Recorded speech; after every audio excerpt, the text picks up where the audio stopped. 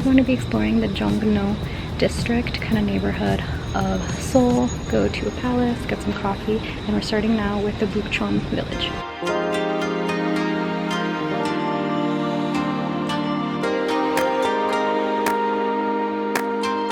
Part of the Hanok Village doesn't open until 10 a.m. There was like signs and rangers standing there, so we don't want to disrespect because it's like people's houses and stuff. So we're gonna go grab coffee and then go back to explore a little bit closer to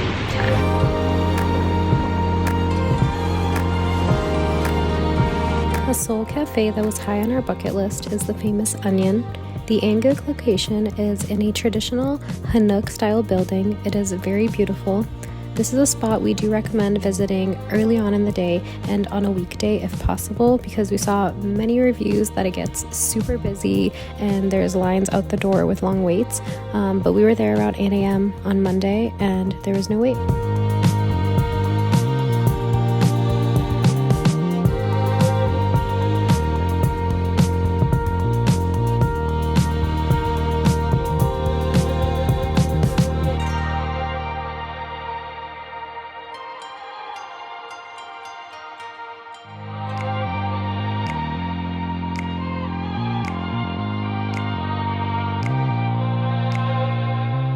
Here are the treats that we got: the classic onion cone, a hazelnut eclair, a fruit croissant, and Dylan also got a hot dog pastry. And I got a iced flat white and Dylan got a hot one.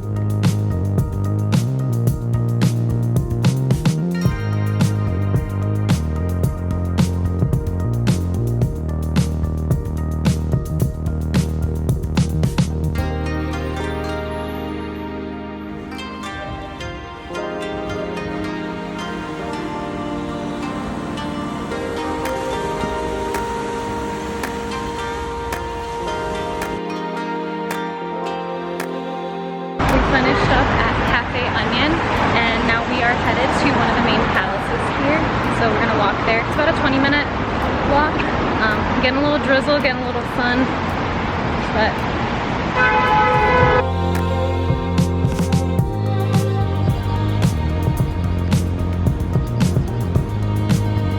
cutting through this little park on the way to the palace.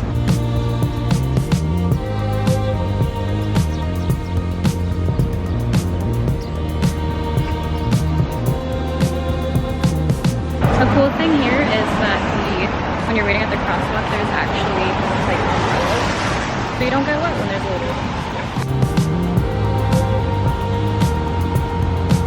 The contrast between the old traditional building and the new is very cool.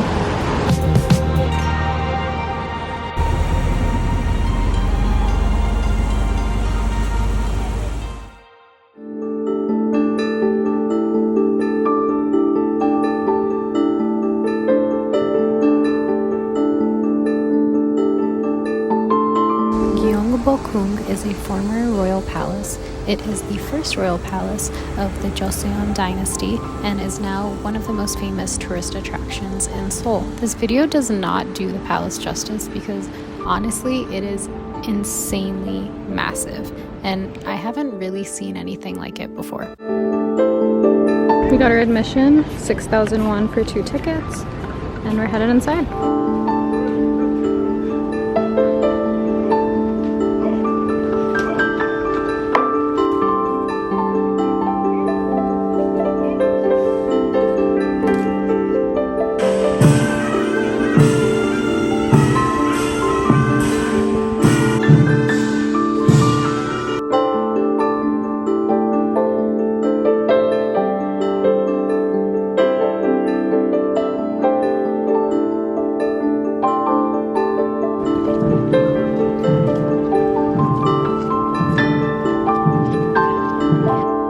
The grand residence of the 14th century, and this is the main hall of the palace that was used for major events and ceremonies.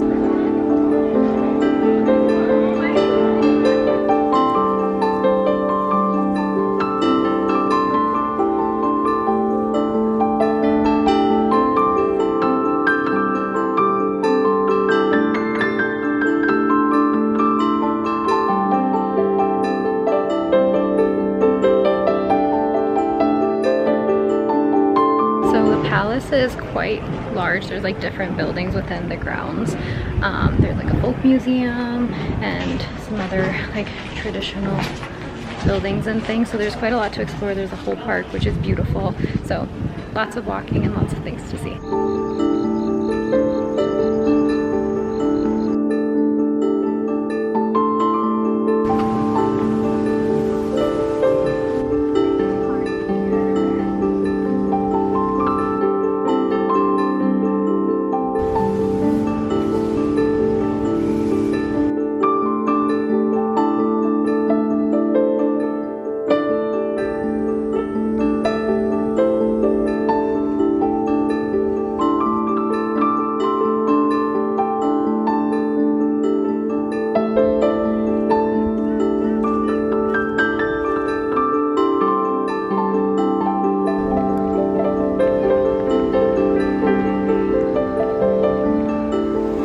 After exploring the palace and the grounds, we headed back to the Hanok Village now that the tourist hours were open.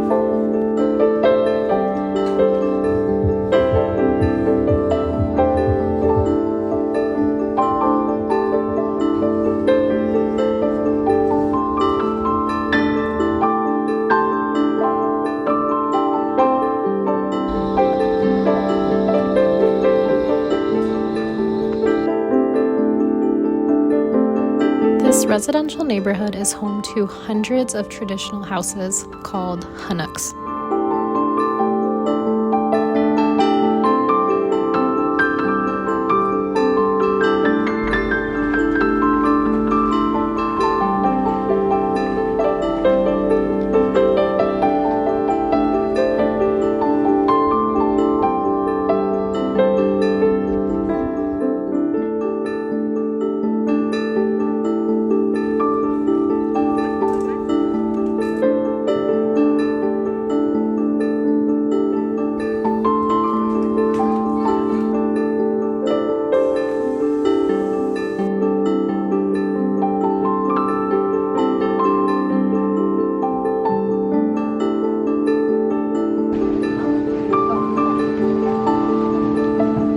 While the main area was very busy and there were lots of people, there were many smaller streets and alleyways that were very quiet where you could still grab photos and it was still just as beautiful.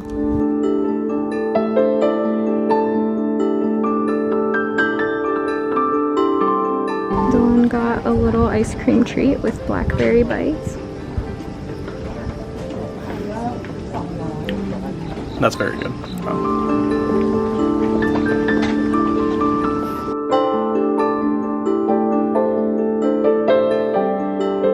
One tip if you're visiting the Bukchon Hanok Village is, I think this is something fairly new, but they have like curfew hours. So the tourist hours that the village is like open to walk through, take photos, things like that is 10 a.m. to 5 p.m. So keep that in mind if you show up early. There's like rangers and people standing and there's a ton of signs to like be respectful not to walk through those areas because it is people's homes and things like that. So keep that in mind. Those are the tourist hours. I think that's fairly new because from blogs we had read and videos we had seen that was not a thing. So I don't know if it'll still be in place, but that is currently the situation. We're headed to grab some lunch, what Dylan's been requesting.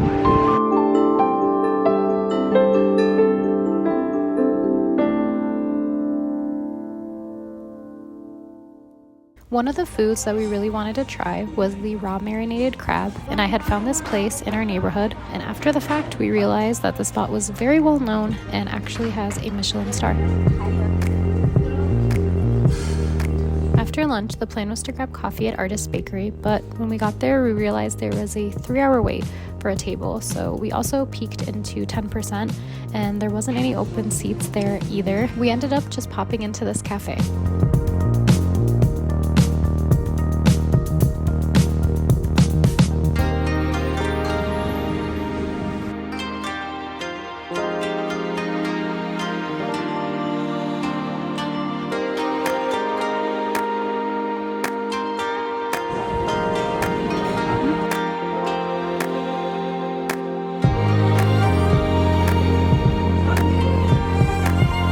After we had our coffee and the rain had passed, we walked over to this charming street.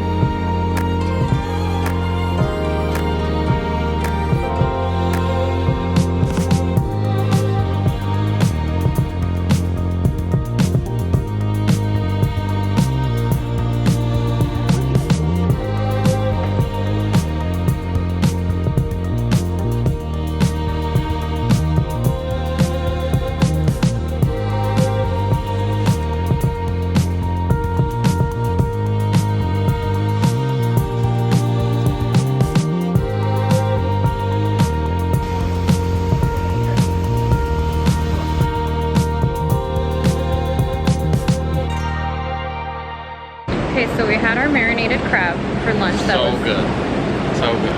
That was Dylan's big ask. I think he enjoyed it.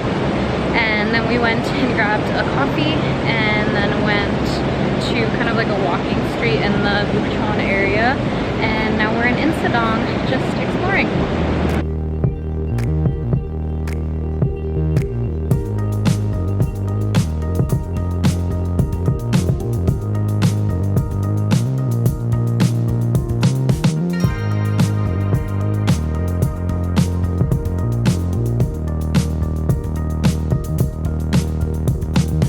This area is full of a ton of shops and restaurants and is really pretty to walk around. It feels very different from like the traditional Hanok area we were in this morning.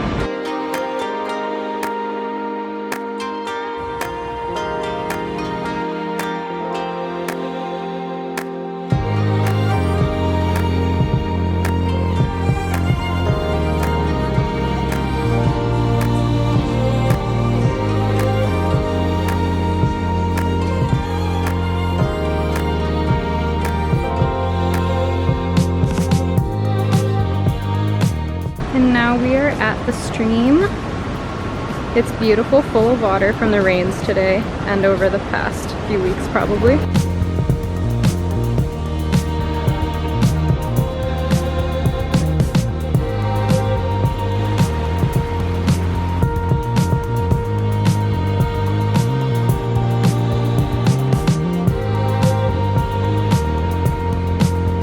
So we're at the stream, walking around. We'll put the name of the stream below. We can't pronounce it, but it's very quaint, very quiet. Looks nice. Yeah, it's very relaxing, like a really nice area in the middle of the city.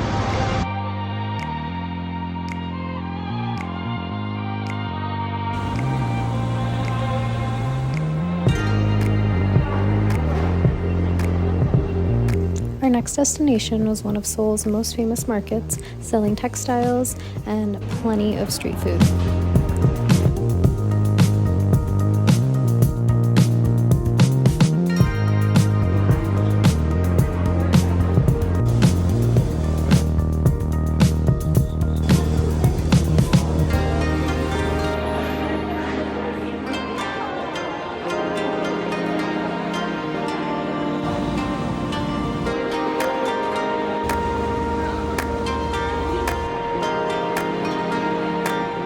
We were honestly too full to try anything at the market, but decided we would come back another day.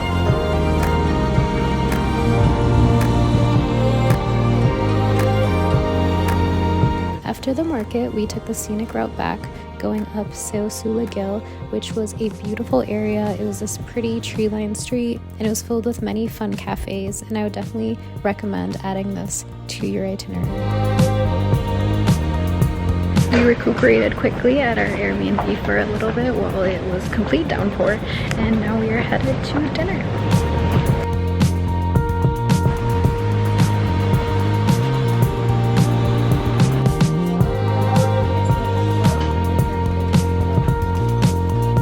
This was a very light but very good meal, and the spot felt very authentic. After dinner, we headed back to our Airbnb for the evening and rested up for our next stay in Seoul.